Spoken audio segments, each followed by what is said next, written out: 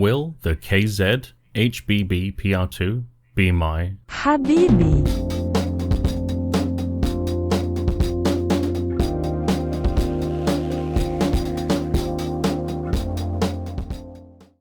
I bought this IEM sometime after a soft recommendation from a fellow vintage planar enthusiast, but I didn't buy it immediately because, quite frankly, my past few experiences with KZ were all in the range from bad to mediocre. Let's see how this one fares in comparison. The first thing I noticed was the aesthetics, which are undoubtedly a league or two above many of KZ's past efforts. The front and top grills are a very striking design choice that, while they do look great and have been engineered most excellently, let's be honest, they borrowed this design language from other planar IEMs. The audacity of it goes further, as most of the grills appear to serve no purpose other than aesthetics. KZ's marketing states clearly that these have a semi-open exhaust design. On one hand, I could find myself in the camp that perhaps feels cheated that I'm not getting what appears to be a fully open-back in-ear monitor. But in reality, headphone companies have also been doing this kind of thing since the 1980s. Let's be honest, it looks really good. But is it good enough to be worthy of the title? HBB. I'll leave that decision to you.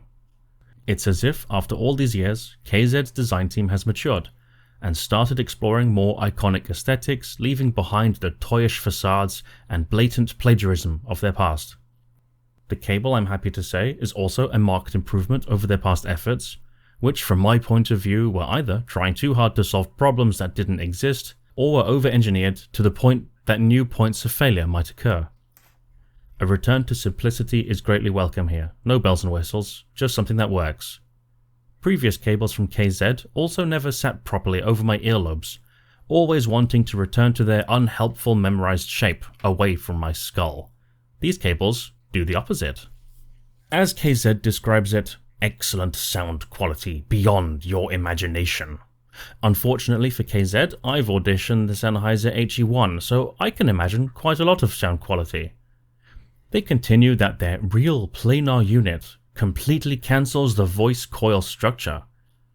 For every other headphone manufacturer out there, I'm not sure KZ has the socio-political authority to cancel voice coils, and I for one am against this brazen proposition.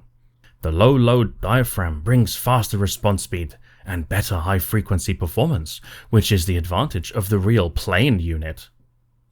Aside from the obvious that KZ desperately needs a new technical copywriter in their marketing team, most of these claims do not fall on deaf ears.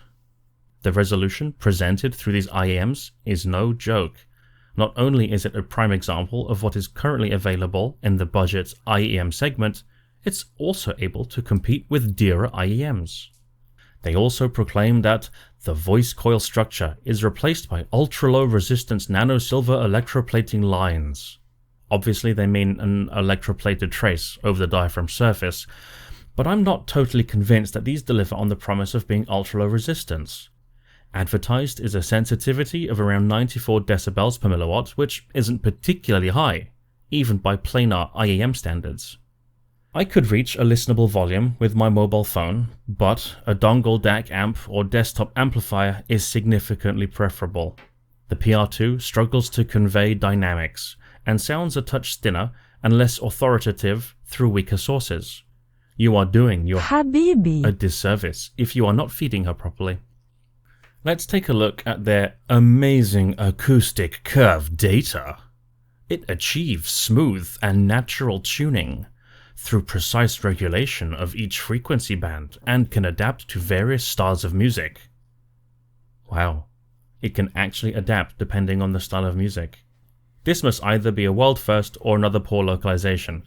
Anyhow, I'm actually very impressed with the honesty KZ has exhibited by publishing this graph. It generally follows my measurements on the mini DSP ears, but take my graph with a larger than average pinch of salt. IEMs are extremely difficult to measure on this rig, so it can only be studied as a general curve and not an exposition of truth. The overall curve is excellent without any significant peaks or dips anywhere between the bass and upper mid-range. This could be described as a U-shaped curve, with most of the emphasis on both extremes of the frequency response, below 100 Hz and above 8 kHz. People who are accustomed to warmer tunings may find this lack of mid-bass jarring, but if you appreciate a good natural response with a slight spicy edge to it, this flavor of tuning could be very close to flawless. The excessive pinna gain around 4 to 5 kHz found on so many other IEMs is nowhere in sight. This is exactly my preferred kind of tuning, which isn't dissimilar to IEMs like the Final Audio E4000, Sennheiser IE800S, and the Sennheiser CX880i. Also, while it looks like the bass is above linear down to 10 Hz, the reality is that anything below 20 Hz doesn't have a lot of energy to it, and you should never really fully trust the graph anyway. Now let's address the elefante in the room. At first, there appears to have been a lapse of judgment here on how the treble was tuned.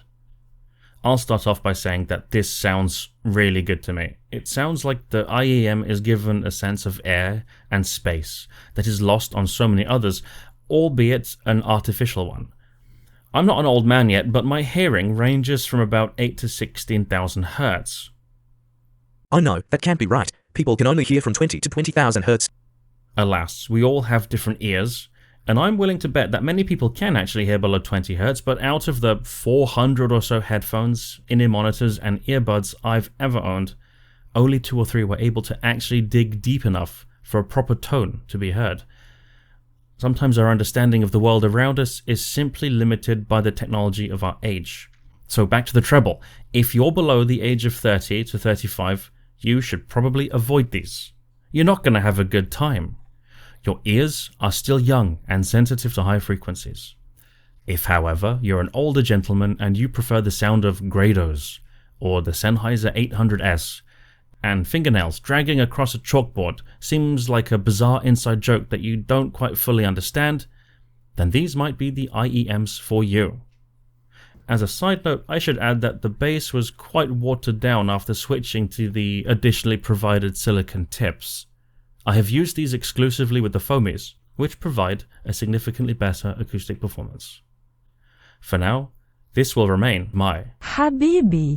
I'll see you in the next one.